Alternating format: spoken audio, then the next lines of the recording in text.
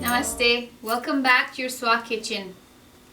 So here's the story. You're committed, you're eating good food, you have a healthy diet, you're doing all the Swa recipes and recommendations, but really tell me that you don't miss eating burgers. I mean, how can you not miss it? In your hands, your fingers all involved, the ketchup oozing and drooling out, you know, all the flavors going into your palate. I know I miss it. So we've put together a new recipe for you with Vaidya, and this is going to be your Swa burger. Of course, there can be many variations. This is just one idea, and I'll be using paneer for those of you who have become vegetarian or who are vegetarian, but you can replace the paneer, of course, with some chicken or ground turkey, preferably not fish because it'll change the whole recipe, give it a different flavor.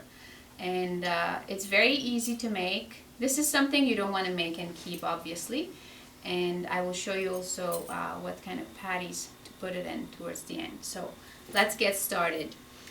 So like I said, let's try to make, I'm going to show you how to make one. This is going to be our base, and the exact measurements of the recipe will be at the end of this video shoot. I'm removing the cloves that I cooked the quinoa with. So we're going to add some quinoa. Oops, a couple of cloves snuck in. There we go. Then we're going to put some crumbled paneer. Almost equal parts. And then your choice of vegetables. I feel like using spinach today. You don't need to cook it. I'm just going to blend it or chop it in my little chopper here. Make them just so. This recipe is really just, there's not much cooking involved except for the quinoa that you have to have cooked beforehand. And it's an important ingredient, otherwise your recipe will just be, you know, the paneer and the greens, and it won't bind together. And you do want a little more consistency to it. So let's just chop this up.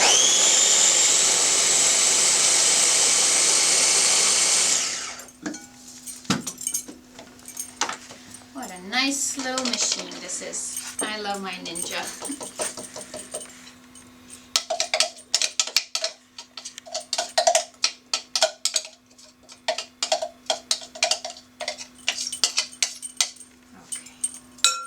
I'll put a little bit more because I want it to have a little more green, and I'm going to put some radishes, a couple of radishes in there. Now you can also put some carrots if you prefer, or a white daikon radish if you have. Anything that's a little on the crunchy side or that can give it some color as well. This will give it a nice little red color and flavor. There we go.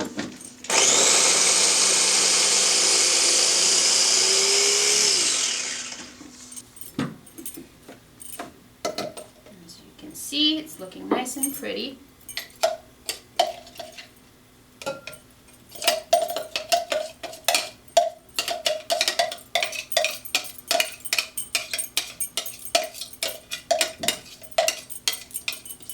Okay, so this is our primary base. This is the main meat of our burger, if you like. Now we're going to add the twists that are going to make this delicious. I'm going to add some fresh herbs. So today I have here some nice fresh dill. So I'm going to add that. Gives it a very nice flavor. Pop it up.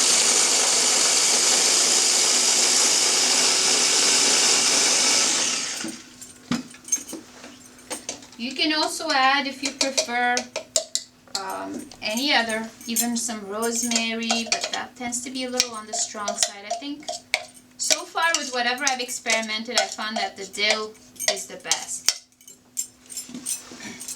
At this point, if you want to make things a little more spicy, then you can add some fresh ginger, just a chunk,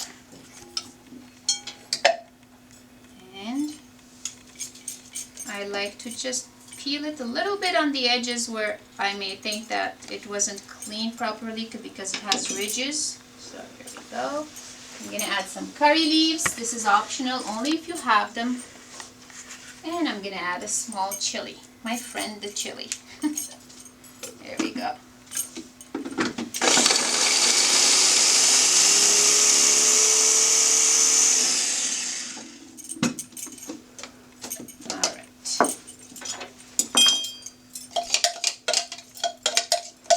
Oh, this gives it such a nice aroma. Of course, this step is totally optional. So, the other way of making your mixture a little spicy will be by adding Mom's Masala. I'm going to add a little bit of If you're not familiar with Mom's Masala or Mom's Super Spice, of course, you can get it on Vaidya's website, chandika.com. Then I'm going to add some sesame seeds, but these are, if you can see, they're a little golden color already because I've pre-toasted them. Sesame seeds can be heavy otherwise due to their oil content, and they contain lactine also, which some people are not able to tolerate well. So it's always best to dry toast these before you use them. Think of tahini, for example. I mean, it's very tasty, but it does tend to be a little on the heavy side. So we're going to put a little bit of sesame seeds and then mix it in.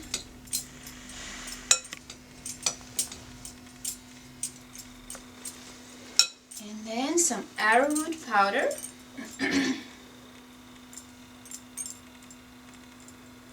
Just a little more. And a few drops of olive oil. You may also add ghee if you prefer melted ghee. I'm going to turn up my heat and warm my skillet. You can either use a skillet or any stainless steel pan will also do. And make sure you mix your mixture nicely so it all gets blended in.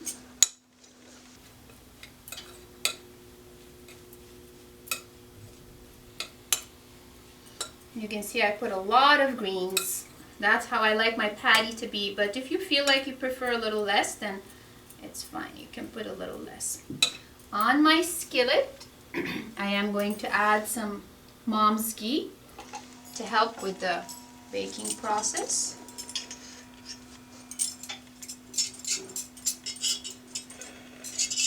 And this is one oil you can eat without fear, unless of course you have a condition, high cholesterol, so on and so forth, then you have to be cautious anyways. And then you dive in your fingers and your hands into this mixture, and we're going to make a patty out of it. Depends, it's up to you on how big a patty you want to make. Depends on what kind of bread you're going to put it in. But I usually like to make it palm size, just like this. And then put it. You can see that the arrowroot powder is already binding it. So and once it cooks, it's going to stick together even better. Look at how pretty these are. Oh, and they smell very good too when they're cooking. My grandmother used to have a lot of recipes like this, but I cannot use any of the ingredients she used to use now. I just don't like most of the ingredients that was part of her cooking and her diet even though I miss her and I miss her cooking. So this is my way of honoring her as well, but in an Ayurvedic way, I guess. Once you make the mixture, it's best that you use the whole thing up, because this is not going to stay. It's all made of fresh materials, so it's not something you can, you know, store for later on.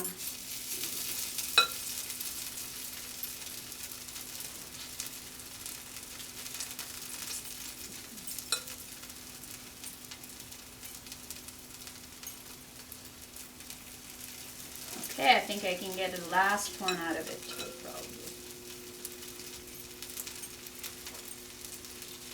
Okay, let's let it cook a little bit.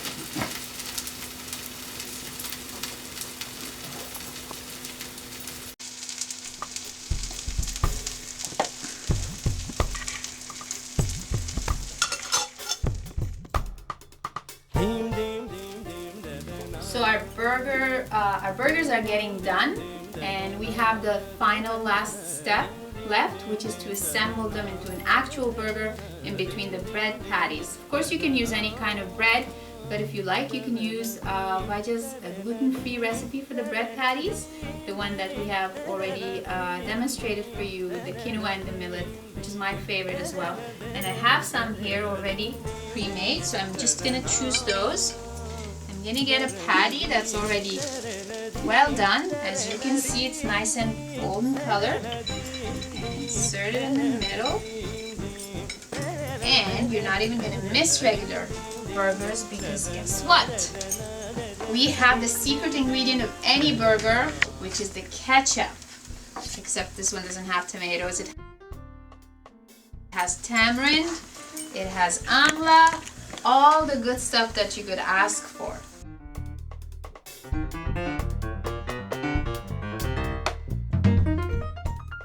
So we're gonna put a nice layer of this onto our vegetarian patty. Or I have some cucumber slices. You want to make it a little extra exciting, you can add some avocado,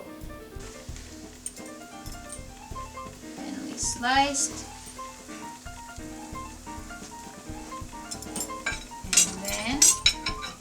If you want to give it a little extra twist, you can even add a little bit of fresh basil that you can chop up for added aroma, just so. Put it on top, and then cover it up.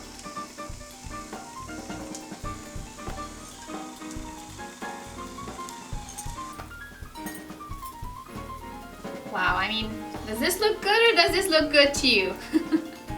Enjoy it. Thank you.